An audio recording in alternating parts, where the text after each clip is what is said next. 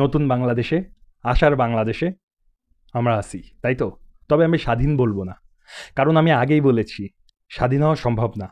আপনাকে অধীন থাকতেই হবে। হয় ভালো মানুষের কাছে অধীন থাকতে হবে, না হলে খারাপ মানুষের কাছে অধীন থাকতে হবে। তবে আপনাকে অধীন থাকতেই হবে। তো খারাপ মানুষের কাছে অধীন থাকা থেকে ভালো মানুষের কাছে অধীন থাকা তো ভালো, না?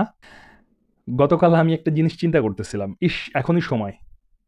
এখনই সময় যদি আমার একটা দল থাকতো, আমার একটা রাজনৈতিক দল থাকতো, আমি সেই রাজনৈতিক দলে ভালো ভালো কাজ করে মানুষের সেবা করে আমি প্রধানমন্ত্রী হতাম।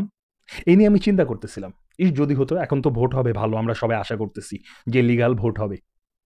তো একটা স্বপ্ন, যদি আমি প্রধানমন্ত্রী হতাম, আমি সরকারে আসতাম।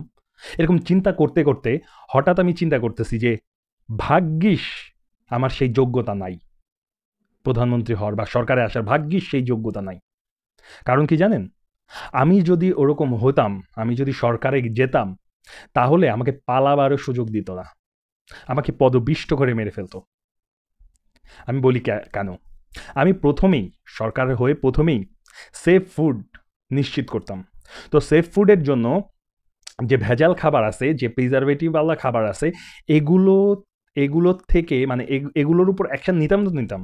যত বৈধ অবৈধ মদের বার আছে সেগুলো আমি বন্ধ করে দিতাম, কারণ মদ সেফ ফুড না। তো এই মদের বার যদি আমি বন্ধ করে দিতাম, সো কল্ড এলিট মানুষরা আমাকে কি পছন্দ করতো?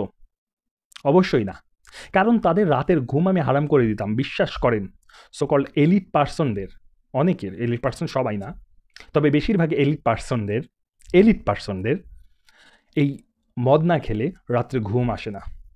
তো তারা তো সারা রাত জেগে থাকতো আর আমার উপর অভিশাপ দিত আর ভাবতো যে কিভাবে ধ্বংস করা যায়। তার থেকে কি ভয়ঙ্কর জানেন? আমি সিগারেট ব্যান করে দিতাম। সিগারেটের থেকে ফাজলামো জিনিস দেশে আর কিছু নাই।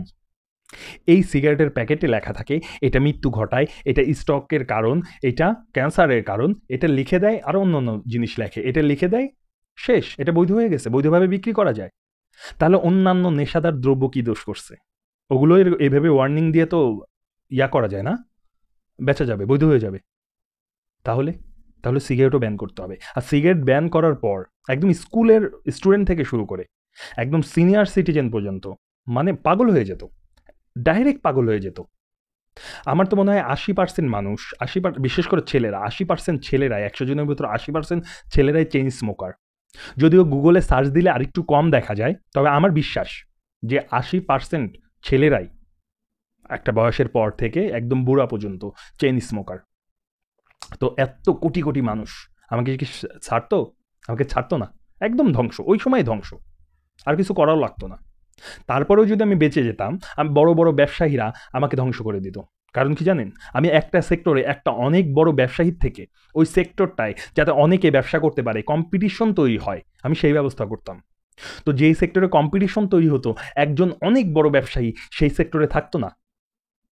এখন কি হয়? একজন বড় ব্যবসায়ী ওই সেক্টরে কাউকে ঢুকতে দেয় না, কিল করে ফেলে। ঠিক না? টাকা বার্ন করে হোক, বিভিন্ন পলিটিক্সে হোক, কিল করে ফেলে। তবে আমি কি সেফ থাকার জন্য, যে একজন বড় ব্যবসায়ী যদি একটা সেক্টরে থাকে, সে যদি নড়ে যায় ওই সেক্টরটা নড়ে যাবে। তার থেকে 10টা বড় ব্যবসায়ী ওই সেক্টরে থাকুক, ভাগাভাগি হয়ে থাকুক, একজন দুজন না থাকলেও অতটা ক্ষতি হবে না। কিন্তু এই জিনিসটা সেই বড় ব্যবসায়ীদের কি ভাল লাগতো? তাদের কাছে আছে টাকা। টাকা কিন্তু অনেক বড় একটা অস্ত্র। এই অস্ত্র দিয়ে কিন্তু মানুষকে ম্যানিপুলেট করা যায়। ঠিক আছে? মানুষকে ব্রেন ওয়াশ করা যায়। সেই ব্রেন ওয়াশ করে হলেও আমাকে তারা রাখতো না। এরপরেও আছে, আমি ধরেন ভাস্কর্য, বাংলাদেশের যত ভাস্কর্য আছে সব আমি ধ্বংস করে দিতাম। প্রগতিশীল মানুষরা আমাকে রাখতো, আস্ত রাখতো? আমাকে মৌলবাদী, জঙ্গলি, তারপর কি বলে, আফগানি, বিভিন্ন কিছু এরকম বানাই দিত। তা আমি ভাস্কর্য কি জন্য ভাঙতাম? এখন যে ভাস্কর্যগুলো ভাঙা হচ্ছে সেগুলোতে কেউ খুশি কেউ বেজার, ওই ভাস্কর্যগুলোর কথা বলতেছে না, যে কোনো প্রাণীর ভাস্কর্য আমি ভেঙে ফেলতাম। কারণ কি, যত ইসলামিক স্কলার আছে, যত আলেম আছে, যত ইসলামিক বিজ্ঞ মানুষ আছে, রিসার্চার আছে, সবাই একমত যে যে কোনো ছবি মূর্তি থাকলে সেখানে রহমতের ফেরেশতা প্রবেশ করে না। তো যে দেশে ছবি মূর্তি আসে সেখানে রহমতের ফেরেশতা কিভাবে আসবে? তো আমি যেহেতু ইসলাম বিশ্বাস করি, আমি চাইবো যে আমার দেশে রহমতের ফেরেশতা থাকুক। সর্বত্র থাকুক। এই জন্য আমি এই ভাস্কর্যগুলা ভেঙে ফেলতাম। প্রগতিশীল মানুষ তো আমাকে ছাড়তো না। আর প্রগতিশীল মানুষ একবার যার পিছনে লাগে তার কোনো মান ইজ্জত রাখে না, একদম শেষ করে দেয়। তো আমি থাকতে পারতাম? আমি থাকতে পারতাম না। আমি শিক্ষা ব্যবস্থায় কি করতাম? সায়েন্স, কমার্স, আর্টস যত মেইন সাবজেক্ট আছে তার থেকে বেশি আমি ধর্ম সাবজেক্টে, যার ধর্ম সাবজেক্টে প্রাধান্য দিতাম, সেটা যে ধর্মই হোক। ইসলামী হইতে হবে সেটা কোনো কথা না। হিন্দু পড়বে, মুসলমান ইসলাম পড়বে, বৌদ্ধর ধর্ম পড়বে, খ্রিস্টান ধর্ম পড়বে, কিন্তু ধর্মর কোর জিনিসটা জানতে হবে, কারণ প্রতিটা ধর্মে আছে তোমার সৎ হওয়ার কথা, প্রতিটা ধর্মেই আছে তোমাকে নমনীয় হওয়ার কথা। আচ্ছা, আইন দিয়ে কি পরিপূর্ণ দুর্নীতি আর চুরি বন্ধ করা সম্ভব? কারণ যে চুরি করে সে মনে করে যে আমাকে কেউ দেখছে না, আমি ধরা খাবো না। তো যে চুরি করে সে যদি ভাবে যে আমি ধরা খাবো না, তাহলে তাকে 2 বছরের জেল দিন আইন করে, আর 10 বছরের জেল দিন। লাভ কি?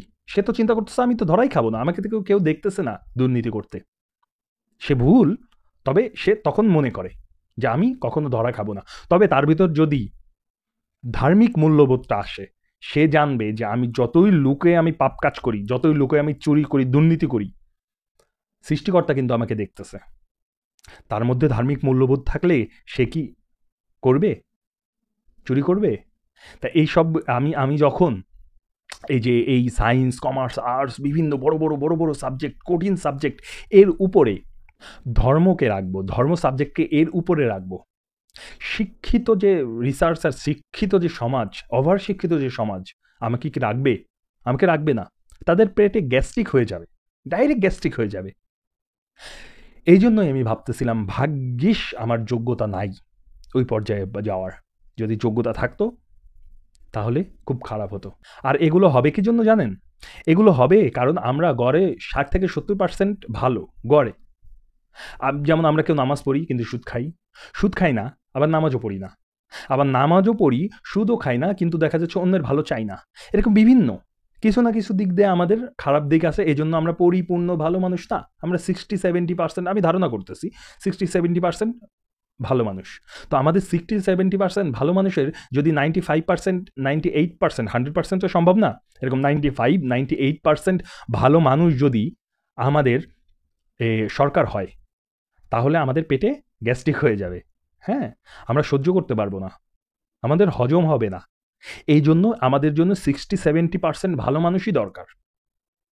কারণ সমাজে যেরকম মানুষ বেশি থাকে তার প্রতিফলনটা সরকার হওয়া দরকার, নাহলে গণতন্ত্র চলবে না। গণতন্ত্রেও কিছু সমস্যা আছে, সেটা বিস্তারিত আলোচনার বিষয়।